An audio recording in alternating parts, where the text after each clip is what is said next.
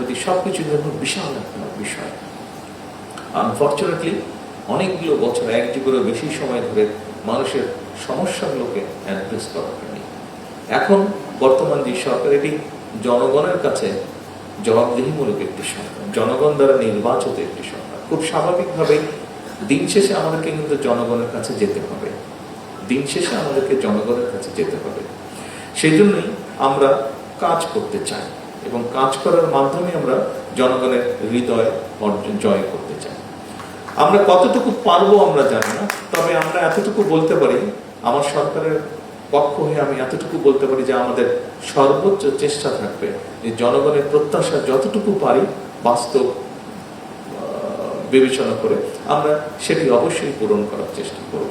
এবং একই সাথে আপনাদেরকে আরেকটি কথা বলতে চাই, আমাদের লক্ষ্যই হচ্ছে, একটু আগে যেই কথাটি বলেছি যে কক্সবাজার নিয়েও যদি বলেন, শুধু কক্সবাজার ধরেও যদি আমরা বলি, কক্সবাজারের যতটুকুই ডেভেলপমেন্ট হয়েছে দেখা যাবে তার 70-75% বিএনপি সরকারের সময় হয়েছে, যতবারে বিএনপি।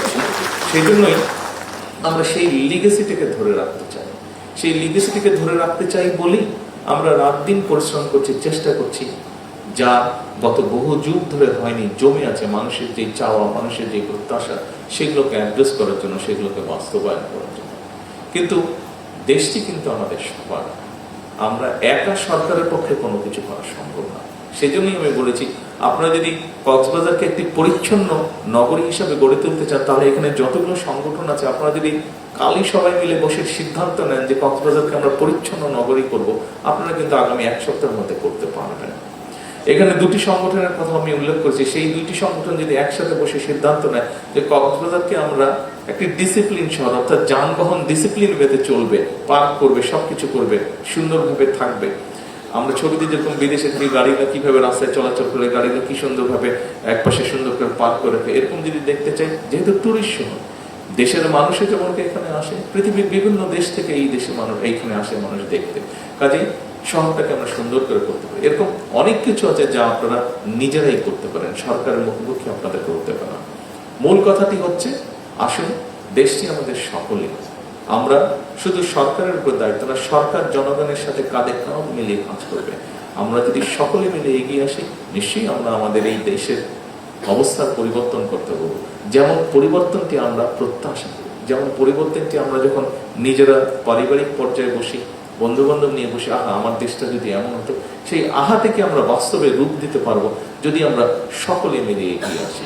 যদি আমরা মনে করি যে হ্যাঁ, এই দেশটি আমার, এখানে একটি ময়লা পড়ে আছে, এই ময়লাটি সঠিক জায়গায় ফেলার দায়িত্বটা আমাকে নিতে হবে, এইভাবেই যদি আমরা শুরু করি, আমরা ইনশাল্লাহ এগোতে পারবো। আজকের এই সুধী সমাবেশ হয়তো আপনারা প্রত্যাশা করেছিলেন যে আমি বিভিন্ন দাবি দাওয়া উপস্থাপিত হবে, আমি সেই দাবি দাওয়াগুলো বলবো যে হ্যাঁ, এই দাবি দাওয়া আমরা বাস্তবায়ন করবো। কিন্তু আমি এই কথাটি বলতে চাচ্ছি না আপনাদের কাছে। এই জন্য বলতে চাচ্ছি না যে দাবি দেওয়া যেটাই হবে, আসুন আমরা একসাথে মিলে কাজ করব, আমরা একসাথে মিলে দেশটাকে গড়ে তুলব। আজকে এই কক্সবাজারের সুধী সমাবেশের মাধ্যমে বাংলাদেশের সকল সুধী ব্যক্তিদের কাছে এই প্রত্যাশা রেখে আমার বক্তব্য শেষ করছি। আল্লাহ হাফেজ।